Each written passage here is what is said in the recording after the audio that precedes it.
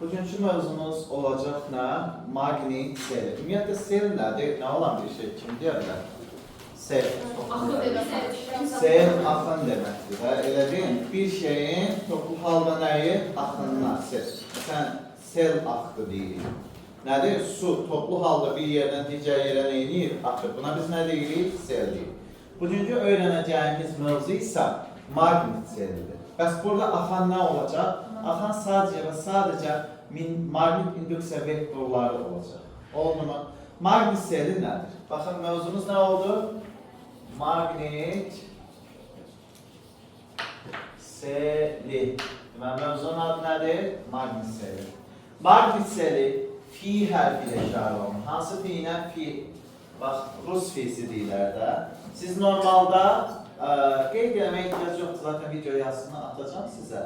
Orada baxarsınız. Oldu. İstəsəz elə video yazısından qeyd edəcəksiniz. Sadəcə və sadəcə mövzu birazcık çətin mövzu olduğuna görə fokuslanın mənə. Oldu. Fokuslan mənə. Mən izah edeyim. Daha sonra nədir? Qeydlərinizi apararsınız videoya baxın. Yaxşı. Fi. Buna biz nə deyirik? Rus fisi deyirik. Nə fisi? Rus fisi. Bəzən fi'nin uşaqlar yanlışlıqla belə yazır, belə yazmaq olmaz. Oldu mu? Uşaqlar, deməli, maqnit seli fi hərfi ilə işarə olunur. Skalyar fizik cəmiyyətdir. Necə? Skalyar fizik cəmiyyətdir. Oldu mu? Bəs bizə desələr ki, maqnit seli nədir? Maqnit seli, baxın, cəryanlı çərçivədən, bəzən buna kontur deyilir. Nə deyilir? Kontur. Cəryanlı çərçivədən, yəni cəryan axan çərçivədən, axa bilən çərçivədən, konturdan, dolaq da deyə bilərik, axan induksiya və yaxud oradan keçən induksiya vektorlarının sayına biz nə deyirik? Maqnit seli deyirik. Oldu mu? Belə yumru təkərə bənzər nəyinsə var mı? Laf orada daha qəşəng izah edə bilərdi. Ahu, zəhmət olsa dəftərindən küt vərəq çıxar. Oldu. Baxın. Bu bizim nəyimizdir? Çərçivəmiz. Cəryanlı nədir? Çərçivə. Bundan keçən maqnit induksiya vektorlarının, baxın nələri? Maqnit induksiya vektoru, indi mən bir dənə keçirəm də, elə deyilmi? Onun içərisindən keçən maqnit induksiya vektorlarının sayını xarakterizə edən fizik cəmiyyətə Ülker xanım nə deyirik biz? Maqnit seli deyirik. Oldu mu? Baxın, eyni şeyi biz burada göstərə bilərik. Bax, bunu mən çevrə formasında göstərdim. Elə deyilmi, yəni kənarı çevrədir. Bu ola bilərdi düzbucaqlı formasında kənarı. Kvadrat formasında, nə bilim, ürəyin necə form, üçbucaq formasında formasının önəmi yoxdur. Hər dəfə formanı götürdükcə sadəcə və sadəcə həmin formaya uyğun nə lazımdır bizə? Sahə lazımdır. Daha doğrusu sahə düsturu lazımdır. Məsələn, bax, hal-hazırda bunun kənarı nə formasındadır? Çevrə formasındadır. Elə deyilmi? Mən özümdən götürdüm, kvadrat formasında olsun. Bax, kvadrat formasında oldu. Oldu mu? Baxın, bunun içərisini, bax, burasının sahəsinə mən S deyə bilərəmmi? Bax, bura nə dedik? S. Yəni, buranın sahəsi. Nə forma? Dairədir. Dairənin sahəsi hansı üstünə hesablayırıq? Yer kvadratı. Elə deyilmi? Yaxşı. Bəs bunun səthinə endirilmiş vektora, səthin normalı deyəcək. Səthin normalı həmişə səthə perpendikulyar olur. Həmişə səthə necə olur dedik? Perpendikulyar olur. Həmin vektora biz nə dedik? Səthin normalı dedik. Oldu mu? Yaxşı. Bəs burada da yenə eyni qayda. Bax, səthinin sahəsi. Oldu mu? S dedik. Səthin normalına nə dedik? N dedik. Səthin normalı N hərfi ilə işarə və nə ilə vektor şəklində göstərəcəyik. Oldu mu? N. Oldu mu inşallah? Problem var mı? Burada S-in hansı üstünə hesablaya bilərik? S bərabərdir, siz deyin, mən yazın. Pi R kvadratı və yaxud da Pi D kvadratı bölünsünlər 4. Bəs burada nə ilə hesablaya bilərik? S bərabərdir, A-nın nəyi kvadrat, yəni bir tərəfi A-dırsa, A-nın nəyi deyəcək? Kvadrat deyəcək. Oldu mu? Yaxşı. Bəs buradan keçən B-lərin sayını xarakterizdən fizik cəmiyyətə biz nə demişdik? Maqnit seli. Baxın uşaqlar, bax. Həmin bizim nəyimizdir? Çərçivəmizdir. Buradan keçən B-lərin sayı, bax, bura qırıq, mən göstərəm. 1, sonra bunların sayı milyon da ola bilər də, bilirik. 2, 3, sonra 4, 5, 6, 7 və s. Yəni bunların sayını xarakteriz edən fizik cəmiyyətə biz nə deyəcəyik üçün? Maqniseli deyəcəyik. Tamam uşaqlar. Problemimiz yoxdur? Xeyr. Səthi normalı hara doğruydu? Səthi normal səthdən hara doğru? Yuxarı doğru. Elə deyil. İndi gəlin biz bircə dənəni göstərək. Bircə dənəni göstərsək daha rahat başa düşəcəyik. Oldu mu? Yaxşı. Bəs bunun bir dənəsini göstərsək, 2 verin. Bu bizim həmin nədir? Keçirici konturdur. Bax, burası səthin normaldır. Yuxarı doğru göstərək. Bax, N. İnduksiya vektorunun sadəcə birini göstərir. 2 verin. Bu da həmin induksiya vektorumuzdur. B. Elə deyil. Bax, burada deyək ki, nə olsun? Səth. Bax, induksiya vektoru ilə səth arasında qalan bucaq nədir uşaqlar? Alfa. İnduksiya vektoru ilə normal arasında qalan bucaq, üzr istəyirəm, nədir? Alfa. Amma səth arasında qalan bucaq nə olsun? Beta olsun. Oldu mu? Bizə maraqlı olan həmişə yadında saxlayaq. Hansı bucaqdır? Alfa bucağı. Oldu mu? Mənə desək ki, Magnus-Selin hansı düsturla hesablanacaq? Magnus-Selini hesablamaqdan ötürü hansı düsturdan istifadə edəcəm? Fi bərabərdir. Bs kosinus nə? Alfa. Hansı düsturdan dedik? Bs kosinus alfa. B'ni bildik. Magnitüksiya vektorunun modulu. S'i bildik. Səthinin nəyi? Sahəsi. Kosinus alfa ilə normalla induksiya vektoru arasında qalan nədir? Bucağın nəyidir? Kosinus. Problemimiz var mı? Xeyr. Yaxşı olar. Bəs həmin induksiya vektoru ilə normal arasında qalan bucaq alfa bərabərdir 0 dərəcə olarsa nə baş verəcək? Oldu mu? Alfa bərabər 0 dərəcə nə deməkdir? Yəni bunların hər ikisi necə yönəldir? Bax, normal yuxarı doğru yönəldir. İnduksiya vektoru necə yönəldir? Bu da yuxarı doğru yönəldir. Bax, hal-hazırda eyni istiqamətdə yönəldiyinə görə bunların arasında qalan bucaq neçə dərəcədir? 0 dərəcə. Kosinus 0-da alfa bərabərdir. Bax, kosinus 0 dərəcədə nəyə bərabərdir? 1-ə bərabərdir. Bs kosinus alfa deyil. Onda mən nə yazacağım uşaqlar? Fi bərabərdir. Həmin bucaq 0 olarsa. Sadəcə B vurulsun nədir? S olacaq. Bəs Magnus-Selinin vahidi nədir? Magnus-Selinin vahidi Səma xanım. Fi bərabərdir nə yazacaq? İnduksiya vektorunun vahidi nə idi? İnduksiya vektorunun modulunun vahidi. 1 Tesla. Aferin bizə. 1 Tesla. Vurulsun sahən vahidi nə idi? Metrin nəyi? Kvadrat. Uşaqlar. 1 Tesla vurulsun metrin kvadratı 1 Weber deməkdir. Nə deməkdir? 1 Weber'ə bərabərdir. Anladıq mı? Yaxşı, biz 1 Weber'lə PSE-də əsas vahidlərlə açılışını yazsaq, necə yaza bilər uşaqlar? Bəs 1 Weber nəyə bərabərdir? Yazaq. 1 Weber, 1 Tesla nə idi? Çarpı bölsün, amper bölsün nə idi? Saniye kvadrat deyil. 1 metr kvadrat da buradadır. Onda nə olacaq? Çarpı vurulsun, metr kvadratı bölünsün. Amper olsun saniyenin nəyi? Kvadrat. Elə deyil, 1 Tesla nəyi oldu? Açılış oldu. Problemimiz yoxdur ki. Bəs bizə desələr ki, Magnus-Seli oradan, yəni buradan keçən induksiya vektorlarının sayından necə asılıdır? Yəni modulundan necə asılıdır? Sizcə necə asılı olacaq uşaqlar? Fi B'dən. Ağalar, magnet induksiya vektorlarının sayını xarakter edən fizik cəmiyyət. O necə asılı olmayacaq? Oldu. Necə asılı olacaq? Düz asılı. Nə sabit qaldıqda? S bərabərdir, konstant olduqda. Bəs bizə desələr ki, fi nədən? S-dən necə asılıdır? S-dən düz asılıdır. Nə sabit qaldıqda? B bərabərdir nə? Konstant olduqda. Problem yoxdur ki. Xeyr. Bəs uşaqlar, bizə desələr ki, bundan bunun arasında qalan bucaq, yəni normalla induksiya vektoru arasında qalan bucaq neçə dərəcə olarsa?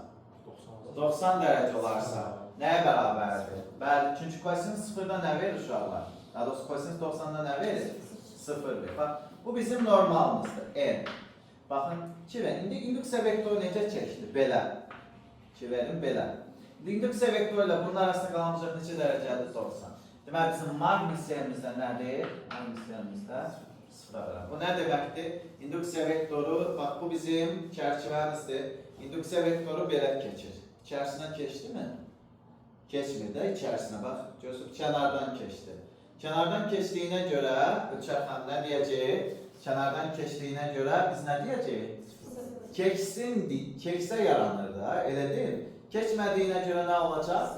Magnitseli sıfıra bərabər olacaq. Oldu mu? Yaxşı, burada bir şeyi yadında saxlayın. Baxın, alfa ilə betanın cəmi nə verir?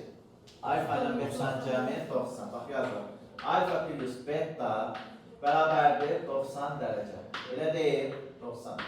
Bəs bizə desək ki, alfa nəyə bərabər? 90 minus nə? Beta. Mən bu alfanın yerine 90 minus beta yaza bilərəm. Yazdım.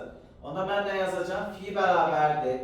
Bs kosinus nə yazacağım? 90 minus beta düzmü dedik? Mən bilirəm də riyaziyyatda kosinus birinci rübdə adını neyini dəyişir. Onda 90'dan mən beta'nı çıxsam nə verəcəm? Sinus nə? Beta. Onda mən nə yazacağım? Bs kosinus alfa yox, artıq nədir? Sinus nə? Beta ilə gedəcəm. Uşaqlar, bunu yazdım. Amma bununla getməyi məsləhət görmürəm. Düzdür, kitabdan oxuyanda görəcəksiniz sinus beta ilə, deyəcəksiniz, bəs müəllim, bu hardan çıxdı, necə çıxdı? Sadəcə və sadəcə çıxarılışı budur. Sizə əgər desək ki, sərtlə induksiya vektoru arasında qalan bucaq 30 dərəcədir. Onda mənə lazım olan sərtlə induksiya vektoru arasında qalan bucaq deyil Reyhan xanım. Nəyinlə nəyin arasında qalan bucaq? Normalla induksiya vektoru arasında qalan bucaq. Nə olacaq Səma xanım? 60 dərəcə olacaq. Sərtlə induksiya vektoru arasında qalan bucaq 30 verirsə, biz 30-la yox, nə ilə getməliyik? 60-la getməliyik. Anladıq mı? Bu düsturdan istifadə eləməkdənsə elə 90-dan sərtlə induksiya vektoru arasında qalan bucaq çıxıb o düsturdan istifadə eləmək daha yaxşıdır. Oldu mu? Yaş qaydasında mı? Bəli. İndi, bax burada dolaqların sayı bircə dənədir. Mən bunların sayını n dənə eləsəm nə baş verir? Baxın uşaqlar, gəlin n dənə qeyd. Uşaqlar, dolaqların sayını nə götürürük? N dənə. Deyək ki, belə bir sistemimiz var.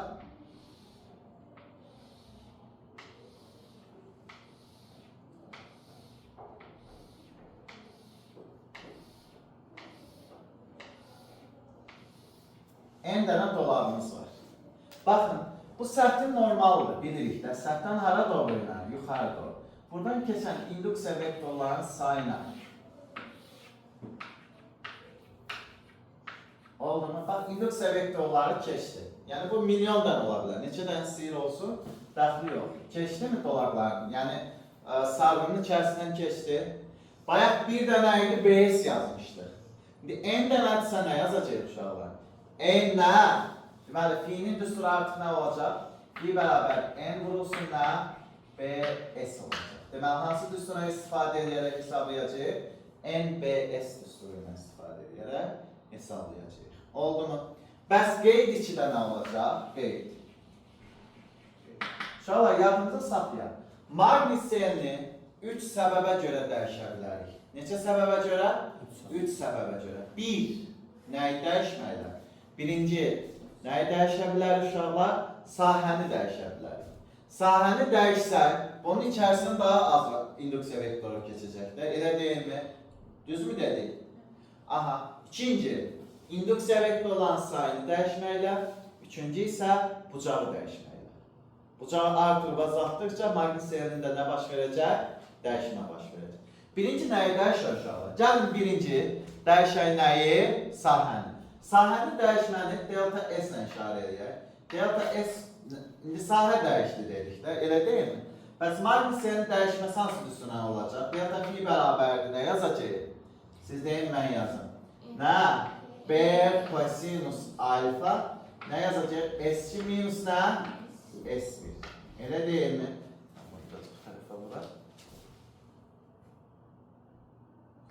B kosinus alfa nə dedik? S2 minus S1. İndi nəyi dəyişək? B-ni dəyişək. Delta B deyək buna da. Yəni B dəyişir. İnduksiya vektorlarının sayı dəyişdir. Bəs onda düsturumuz necə olacaq? Onda delta fi bərabərdir. Nə yazacaq üçün? Nə? S kosinus alfa. Elə deyil. Nə yazdı? B 2 minus nə? B1. Düzmü dedik? Qəşəng. Bəs üçüncü nə dəyişərsə? Kosinus dəyişərsə. Yəni alfa dəyişərsə, yəni delta alfa deyək, yəni işarə elədim də təbii ki. Alfa dəyişərsə, delta fi'nin düsturu necə olacaq uşaqlar? Sizə mən yazım. Bs kosinus alfa 2 minus nə? Kosinus nə? Alfa 1. Məsələn, bir ayın istəsə birdən için, çift dəxli yox. Oldu mu? Bu bizim nəyimizin düsturları oldu? Maqnisiyelinin dəyişməsinin düsturları. Problemimiz var mı? Xeyr. Çətinmi? Yenə də xeyr. Uşaqlar, növbəti anlayışımız olacaq elektromagnet induksiya hadisəsi nə olan bir şeydir, necə olan bir şeydir, biz onun haqqında geniş danışacağıq. Uşaqlar, hələ çox illər əvvəl Ersted kəşf eləmişdir ki, cəryanlı naqillərin ətrafında nə yaranır? Maqnit sahəsi yaranır. Nə dedi? Cəryanlı naqillərin ətrafında maqnit sahəsi yaranır. Daha sonra o sahə tərəfindən cəryanlı naqilə təsir edən qüvvənin adına biz nə demişdik? Amper qüvvəsi demişdik də. Bir öncəki dərslərimizdə onu öyrənmişdik.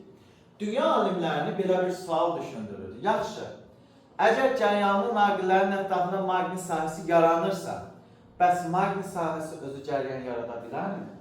Yəni, cəryan sahə yaratdı. Bəs maqnit sahəsi özü cəryan yarada bilirmi? Oldu mu? Bir neçə il düşündülər, bu sualın cavabını ancaq və ancaq 11 il sonra tapdılar. Və onu tapan alim isə Michael Faraday oldu. Kim oldu uşaqlar? Michael Faraday. Neynədir uşaqlar? Baxın, sadə bir təcrübə vardı və onu tapdı. Oldu mu? Bir dənə təcrübə vardı və həmin təcrübə əsasında onu neynədi? Kəşf elədi. Oldu mu? O təcrübə necədir? Baxın, yadında saxlayın. Təcrübəmiz belədir. Bax, təcrübəyə əsasən, gəlin Faraday, nə deyək buna? Elektromagnet induksiyası. Elektromagnet, nə dedik? İnduksiya.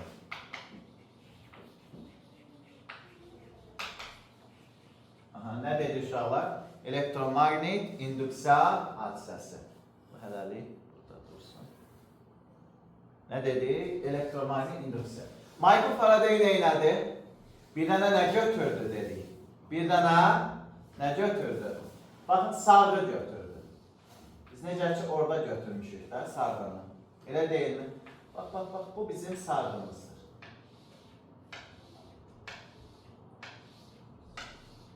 Gerçi bu qədər kifayətdir. Oldu mu? Təbii ki, sarğıda dolarların sayı nədir? Daha çoxdur. Amma biz neynədik? Biraz azaldıq. Oldu mu? Yaxşı, sonra bu sarğını bir elektrik dövrəsinə qoşur. Oldu mu? Bax, belə bir sarğıdır. Bura bir dənə nə götürür? Galvanometr. Biz daha öncəki sabit cərəyan qanunlarında galvanometri öyrənmişdik şərt işarəsini. Bax, galvanometr. Oldu mu? Adi halda sizcə galvanometr cərəyanı göstərəcəkmi? Xeyr. Daha sonra Faraday bir dənə nə göstərdi? Maqnit göstərir. Bura N qütbü deyək, bura nə deyək? S qütbü deyək. Yəni N və S qütbündən ibarət bir dənə maqnit götürür. Və gördü ki, bunu mən bunun içərisinə daxil elədikdə, bax, daxil elədikdə və ya çıxardıqda, baxın, daxil edirəm, bir də nə edirəm? Çıxarıram. Çıxaranda gördü ki, buradakı nəyin? Galvanometrin göstərişi sağa və sola meyl edir. Oldu mu? Yaxşı, bəs bu sola və ya sağa meyl edirsə, bunu sola və sağa meyl elətdirən nəsə bir şey olmalıdır.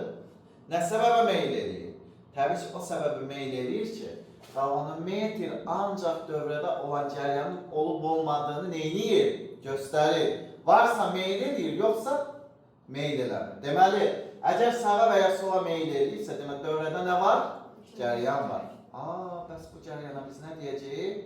İnduksiya cəryanı. Nə deyəcək uşaqlar?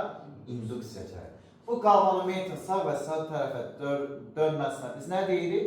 İnduksiya cəryanı. Baxın, induksiya cəryanı, biraz sonra üstünü falan yazacaq. İ indeksində İ hərfi ilə işarə olunur. Oldu mu? İndi istiqaməti özümüzdən verək, biraz sonra istiqaməti necə tapmaq lazımdır, onu biz tapacağıq. Oldu. Elektromagnet induksiya hadisəsi nə oldu? Mən sarğıya magneti yaxınlaşdırdıqda və uzaqlaşdırdıqda dövrədə induksiya cəryanının yaranması hadisəsinə elektromaqnit induksiya hadisəsi deyəcəm. Oldu mu? Həmin dövrədə yaranan cəriyana isə nə deyəcəm Səma xanım? İnduksiya cəryanı deyəcəm. Nə cəryanı? İnduksiya cəryanı deyəcəm. Problemimiz yoxdur. Yaxşı, problemimiz yoxdursa, bəs bizə sual yaranacaq. Mənim, yaxşı, salırıq, yaranır, çıxarırıq, yaranır. Bəs burada sükunətdə saxlasaq nə baş verəcək? N, burada nə dedik? S. Sükunətdə saxladıqsa baş verməyəcək. Oldu mu? Mütləq yaxınlaşdırmalıyıq, uzaqlaşdırmalıyıq. Yaxınlaşdırmalıyıq nədir? Uzaqlaşdırmalıyıq. Oldu mu? Yaxınlaşdıranda və uzaqlaşdıranda maqnit seyirinin dəyişməsi hesabına maqnit sahəsi dəyişir. Oldu mu? Həmin maqnit sahəsində dəyişməsi hesabına nə yaranır? İnduksiya cəryanı. Əslində, induksiya cəryanı yaranmasının sadə bir nəyi var? Deyək ki, izahı var. Maqnit sahəsini dəyişməm, induksiya cəryanı mütləq yaranacaq. Maqnit sahəsini dəyişməm üçün induksiya cəryanı yarana bilməz demə sahəni dəyişməliyik. Tamam uşaqlar? Problemimiz yoxdur? Yoxdur. Gəlin, biz belə edək. Bunu yaxınlaşdıraq və uzaqlaşdıraq. Ki verin uşaqlar, bax. Bu bizim maqnitimizdir. Biraz önce dedik. N, bura nə dedik? S. Maqnit öz ətrafında demişdik ki, nə sahəsi yaradır? Maqnit sahəsi yaradır da, elə deyil mi? Həmin yaranan maqnit sahəsi, bax, bunun yaratdığı maqnit sahəsi. Hara doğru yönələcək uşaqlar? Bax, aşağı doğru yönəlsin. Bəs mən bunu yaxınlaşdıranda V sürəti ilə, yaxınlaşdıranda nə yarandı? İnduksiya cəryanı yarandı da, bu ortada dolaq var, ha? Bax. Ortadakı dolaqda nə yarandı dedik? İnduksiya cəryanı yarandı. Elə deyil mi? Bəs induksiya cəryanı özü də ətrafında nə yaradacaq? Sahə yaradacaq. Sahə yaradırsa, bəs onun yaratdığı sahənin induksiyası hara doğru yönələcək? Buna da B şiddət deyək. Həmişə yadımızda saxlayır uşaqlar. Yaxınlaşdıranda B ilə B şiddət bir-birinə necə yönəlir? Əks istiqamətdə yönəlir. Bəs bizə desələr ki, bunu uzaqlaşdırsam nə baş verəcək? Baxın, uzaqlaşdırsaq nə baş verəcək? Bu istəsin sizə. Uzaqlaşdırsaq, bax bu bizim nəyimizdir? Çərçivəmizdir. Mən bunu bir dənə maqnit götürdüm. Maqnit. Bura N dedik, bura nə dedik? S. Bax, B-lər necə yönəlir uşaqlar? Belə yönəlir. Elə deyil mi? Xarici maqnit sahəsinin B-si aşağı doğru yönəlir. Bəs bizə desək ki, uzaqlaşdırsam müəyyən V sürəti ilə nə baş verəcək? İnşallah uzaqlaşdırsam, tam əksinə, daxili maqnit sahəsi bundan eyni istiqamətdə yönələcək. Necə yönələcək? Eyni istiqamətdə. B şiddət də aşağı yönələcək, B də aşağı doğru yönələcək. Anladınız mı uşaqlar? Deməli, yaxınlaşdıranda bir-birinə əks, uzaqlaşdıranda nə deyəcək biz? Eyni istiqamətdə yönəlir. Oldu mu? Təbii ki, yaxınlaşdıranda kənardakılar içəri daxil olduğuna görə maqnit seli fi nədən böyük olacaq uşaqlar? Delta fi sıfırdan nə olacaq? Böyük olacaq. Amma uzaqlaşdıranda içəridəkilər də hara çıxacaq? Kənara çıxacaq da, elə deyil mi? Onda delta fi sıfırdan nə olacaq uşaqlar? Sıfırdan kiçik olacaq. Hə, bəs bizə hansı anlayış çıxacaq uşaqlar? Qarşımıza belə bir anlayış çıxacaq. Maqnit selinin dəyişmə sürəti. Maqnit selinin nəyi? Dəyişmə sürəti. Maqnit selinin dəyişmə sürəti nədir? Maqnit sel zaman dəyişdikcə maqnit seldə müəyyən bir qiymətlə nə edir? Dəyişir. Həmin sürətə dəyişməsinə biz nə deyirik? Maqnit selinin dəyişməsi. Delta fi bölünsün, delta t düsturu ilə hesablanır. Oldu mu? Nədir maqnit selinin dəyişmə sürətinin düsturu? Delta fi bölünsün, delta t. Bəs vahidi nə olacaq? Vahidi 1 Weber bölünsün nə? Saniyə. 1 Weber bölünsün saniyə də bizə 1 volt verəcək. Nə verəcək? 1 volt verəcək. Oldu mu? Çətin uşaqlar. Xeyr. Çətin deyilsə, indi gəlin biz Lenz qaydasını öyrənək. Hansı qaydanı? Lenz qaydası. Uşaqlar, baxın, yadınıza gəlsə biz sabit cərəyan qanunlarının ən sonuncu mövzusunda belə bir şey öyrənmişdik. Nə idi? Elektrik hərəkət qüvvəsi. Elə deyil. Elektrik hərəkət qüvvəsi nə vaxt yaranırdı? Mənim xanım. Kənar qüvvə, həmin sınav gücünə kənar qüvvə təsir edən zaman yaranırdı. Elə deyil. Normalda o müsbət idisə mənfiyə doğru getməliydi, amma biz onu hara doğru aparırdıq kənar qüvvə tətbiq edərək? Müsbətə doğru aparırdıq da. Elə deyil. Hə, burada da kənar sahənin hesabına daxili sahə yarandı da. Elə deyilmi? Okay. Bəs oradakı EHG, elektrik hərəkət qüvvəsinin rolunu oynayan burada da bir nəyimiz var? Fiziki cəmiyyətimiz var. Həmin fiziki cəmiyyətə induksiya elektrik hərəkət qüvvəsi deyəcəyik. Nə deyəcək uşaqlar? İnduksiya elektrik hərəkət qüvvəsi. İnduksiya elektrik hərəkət qüvvəsi elektromagnet induksiya qanununa görə maqnit səyinin dəyişməsinin əksi istiqamətinə yönəlir. Necə yönəlir? Elektromagnet induksiya qanununa görə necə yönəlir dedik? Dəyişməsinin əksi istiqamətində yönəlir. Oldu mu? Yaxşı, ona mən nə deyəcəm? Epsilon I hərfinə işarə var. Hansı hərflə? Elektromagnet induksiya elektrik hərəkət qüvvəsi. Hansı hərflə? Epsilon I hərfinə işarə var. Necə fiziki cəmiyyətdir? Skalyar fiziki cəmiyyətdir. Oldu mu? Biraz öncə elektromagnet induksiya qanununa görə nə dedik? Mənfi delta fi bölünsünə delta t düsturuyla hesablanacaq. Oldu mu?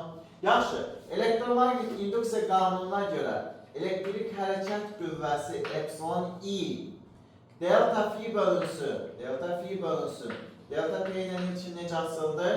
Düz asılır. Amma qarşıdakı mənfiyə görə bizim bu qrafimiz neçənci rüblərdə yerləşəcək? İkinci, bir də neçənci rübdə? Dördüncü rübdə yerləşəcək. Oldu mu? Amma mənə desələr ki, elektromagnet induksiya EHG-sinin vahidi nədir? Vahidi biraz öncə dedik, volt bölünsün Weber deyildi. Daha doğrusu Weber bölünsün saniyə deyildi. Yazıram. Weber bölünsünə saniyə. Bəs 1 Weber bölünsün saniyə nə vermişdi? 1 volt vermişdi. Burada nə demişdiksə, burada da nədir? Eyni şeyi demiş olacaq. Oldu mu uşaqlar? Hə, biraz öncə neynədik? Biraz öncə bunu nədir? Maqnit sarıya yaxınlaşdırdı. B ilə B eşitdir bir-birinə necə yönəldi? Əks yönəldi. Elə deyək, yaxınlaşdırdı. Bax, bu bizim maqnitimizdir. Bura N deyək, bura nə deyək? S deyək. Hə, yeri gəlmişə bunun kütübü hansı qütbü yaxınlaşdıran elə bir önəmi yoxdur. Oldu. B hara doğru yönəlmişdi? Aşağı. Düz mü demişdik? Beşlik hara doğru yönəlmişdi? Beşlik bunun əksinə yönəlmişdi. Elə deyilmi? Yaxşı, burada deyək bunun nəyi olsun? Üst hissəsi olsun. Cəryanın istiqamətin tapılmasına lazım olacaq. Oldu, üst hissəsi. Oldu. Hə, biz yaxınlaşdığında fi, delta fi sıfırdan nə idi? Böyük idi. Elə deyil. Onda dəyişməsi də sıfırdan nədir?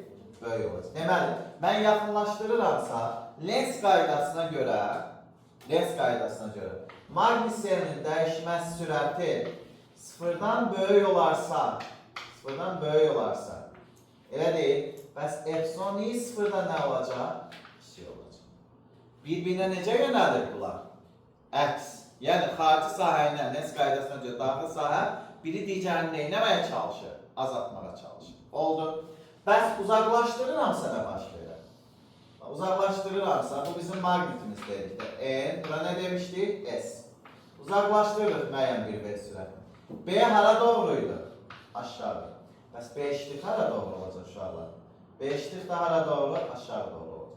Bura deyək, naqilin hansı hissəsi olsun? Üst hissəsi olsun. Oldu mu uşaqlar? Problemimiz yoxdur? Yox. Bəs uzaqlaşdıranda nə baş verir? Delta fi sıfırdan kiçikdir. Delta fi bölünsün.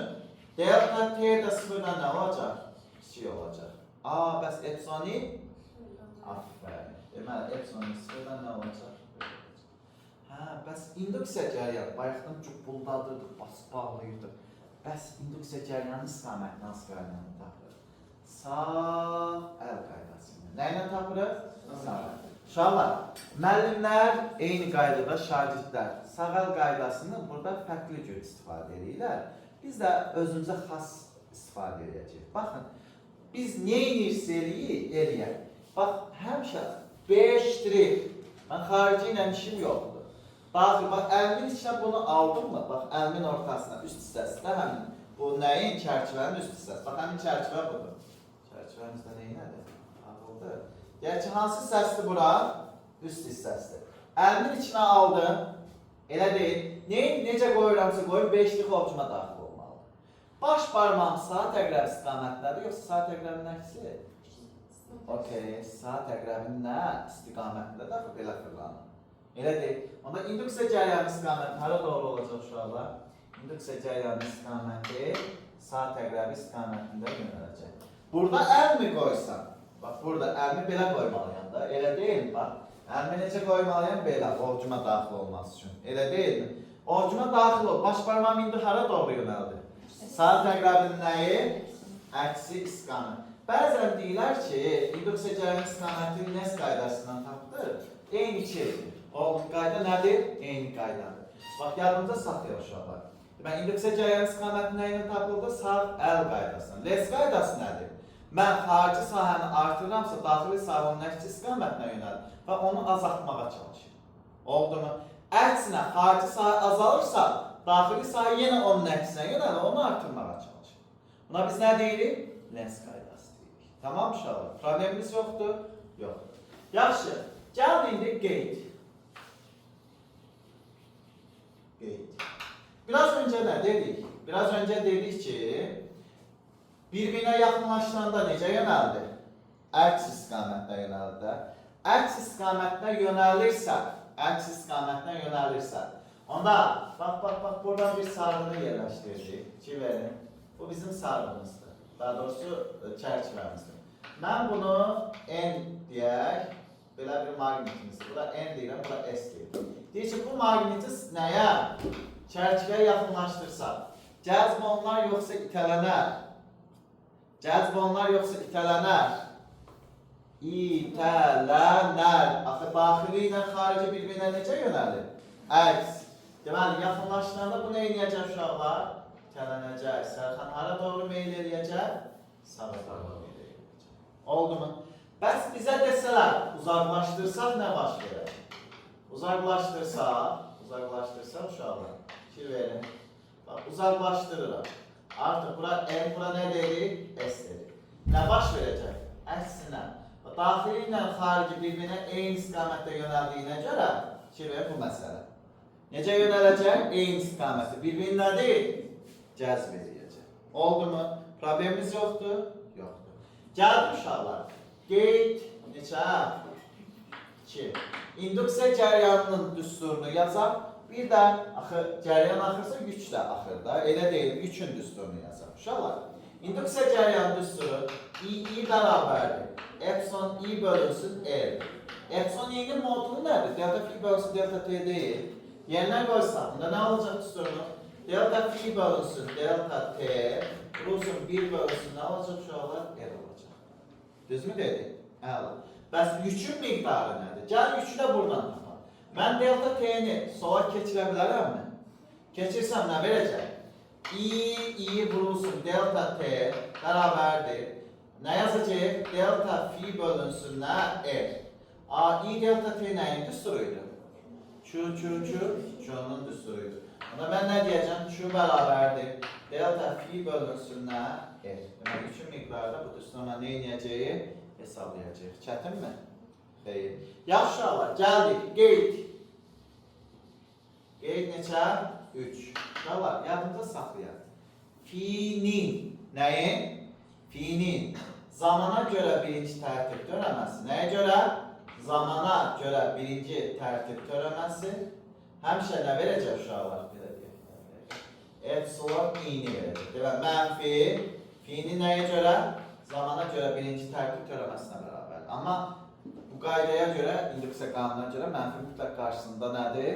Olmalı. Məsələn, bizə belə bir ifadə verilir. Epsilon i bərabərdir. Epsilon i bərabərdir. Mənə desələr ki, necə olacaq? Epsilon i bərabərdir, yazıram. Ya da fi ilə gedək. Fi bərabərdir. 60 minus 30t. Təbii ki, özümdən atmışam. Mənə deyir ki, nəyi tap? İnduksiya hekresini tap. Neçə olacaq? Törəmə almalıyım. 60-ın törəməsi 0. 30t'nin törəməsi mənfidir, yadımıza saxlayaq. Mənfi 30. Qarşıda da mənfi var. Neçə olacaq epsilon i? Neçə volt? Müsbət 30 volt. Söz baxma. Anladıq? Çətinmi? Xeyr. Gəldik uşaqlar qrafiklər hissəsinə. Qrafiklər hissəsi necə olacaq? Buranı silə bilərəm, bu hissəni. Gəlin bu hissəni silər. Oralar qalsın çünki lazım olacaq bizə. Yəni ki, başa düşürük dediklərini. Başa düşürsünüz? Ələm başa düşürük? Ahı. Ahı yatır. Qeybət deyilir. Ahı, qeybət. Ola bilməz, işte. Hələ nicab müəllim dərsində heç vaxt ola bilmir. Görürsən? Cəmaat qızla niyə işlər atırsınız? Yaxşı. Gəldi uşaqlar. Baxın, zəng vurulur, amma çıxmaq yox. Oldu. Okey. Baxın uşaqlar. 1. Fi nə ilə? Fi nə ilə düz asıl olsun? Fi deyək ki, nədən asıl olmasın? T'dən asıl olmasın. Oldu. Fi dəyişmir. Fi'nin dəyişməsi hesabına epsilon-i yaranmışdı. Fi dəyişməsi epsilon-i yarana bilərmi? Xeyr. Onda bizə desələr ki, epsilon-i'nin T'dən asılıdır. Epsilon-i'nin nədən asılıdır? T'dən asılıdır. Necə asıl olacaq? Fısırın üzərində. Yəni nə bərabər olacaq? Fısır. Epsilon-i bölsün R deyil, değil mi? İ. Onda i'də nə olacaq uşaqlar? Epsilon-i yoxsa i ola bilərmi? Deməli, i'nin nədən asılıdır? T'dən asılıdır. Nəyə bərabər olacaq? Fısır. Elə deyilmi?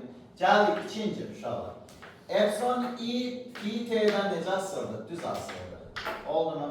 Bu mənfi müsbət məsələsi var. Hələlik tezdir mənfi müsbət məsələsi. Yeri gəldikcə deyəlim. Hələ quruluşunu bilib, tamam mı? Yaxşı, gəldik. Baxın, düz mütənsib asılıqla törəm alsa mənə nə verəcək uşaqlar? Sabit verəcək. Epsilon-i'nin T'dən asılığı necə olacaq? Sabit.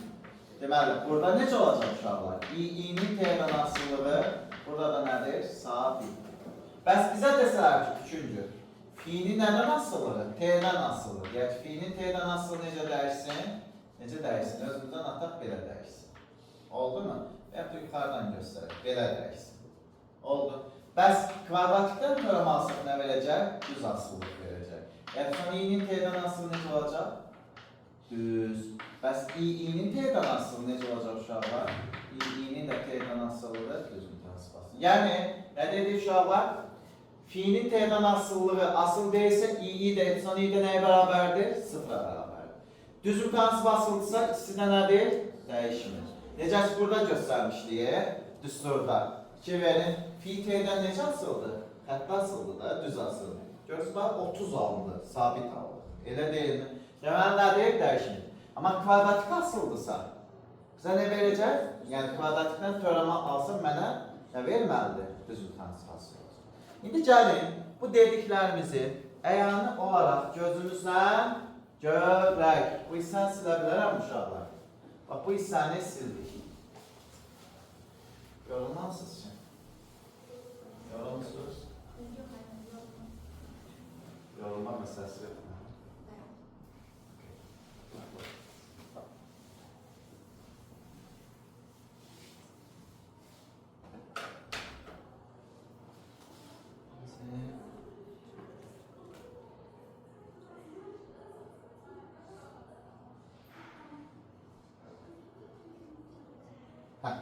Uşaqlar, indi baxaq, biz onu əyani şəkildə necə görə bilərik?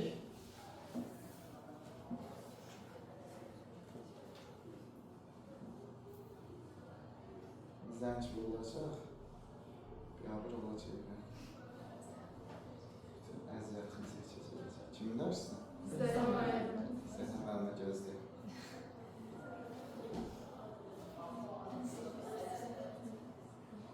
Sevinməliyimiz de sən. Çok seviyorum fizik. Kim? Söyləməyəm. Teneffüs hatırlıyorum fizikte çok seviyorum. Hiç inanmıyorum. İnanmazsınız ya. Uşaqlar, baxın. Götürdük bunu. Okey. Nə götürdük? Ben buradan düşünüyorum. Niyə? Yani kamera Başlama. lütfen O su da ciddi biraz. Yok bence bir seçiyorum. Hə. Baxın. Bura baxırıq. Nə olacaq uşaqlar? Burada. Mən bunu yaxınlaşdıranda nə baş verir? Çözəlmə baş verir. Baş verdi çözəlmə. Diqqətlə baxın. Bax, baş verir. Uzaqlaşdıranda da baş verir. Yaxınlaşdırdım baş verir. Amma uzaqlaşdıranda da baş verir. Elə deyil. Amma içində saxladın. Közəlmə baş verir. O lampanın közəlməsinin səbəbi nədir? İnduksiya cərəyan axmasıdır. Oldu mu? Bu hadisəyə biz nə deyirik? Yaxınlaşdırdıqda və yaxud da uzaqlaşdırdıqda lampanın yanması, dövrədə cərəyan yaranması hadisəsinə biz nə deyirik? Elektromaqnit induksiya hadisəsi deyirik. Anladıq mı? Həmin dövrədən də axan cərəyana biz nə deyirik? İnduksiya cərəyanı deyəcək. Bax uşaqlar, onu başqa cür nə ilə göstərə bilərik? Bax, burada maqniti görürük. Görürsünüz? Neynədir? Yaxınlaşdırdım. Bax, biz bura voltmetr qoşa bilərik. Bax, voltmetr. Fərqi yoxdur. Əqrəbə fikir verin. Sonra nə götürə bilərik? İnduksiya xətləri. Baxın, uzaqlaşdıranda induksiya xətlərin sayı azaldı sarıda. Amma yaxınlaşdıranda nə baş verdi? Bax, görürsünüz, artdıqca, görürsünüz, həm uzaqlaşdıranda, həm də yaxınlaşdıranda induksiya cərəyanı yarandı. Bu hadisəyə biz nə deyirik? Elektromaqnit induksiya. Yəni, sarılan sayını artıraq. Sarılan sayını artıraq, lap çox parlaqlanır. Görürsünüz, bax. Sarılan sayı artdıqca, induksiya vektorların sayı artdıqca, induksiya hadisəsinin, elektromaqnit induksiya hadisəsinin effektivliyi daha böyük olur. Başa düşdük uşaqlar. Problemimiz varmı? Xeyr. Çətinmi? Xeyr. Heç nə. Bu dərsimiz bu qədər. İnşallah növbəti dərsdə görüşərik. Oldu.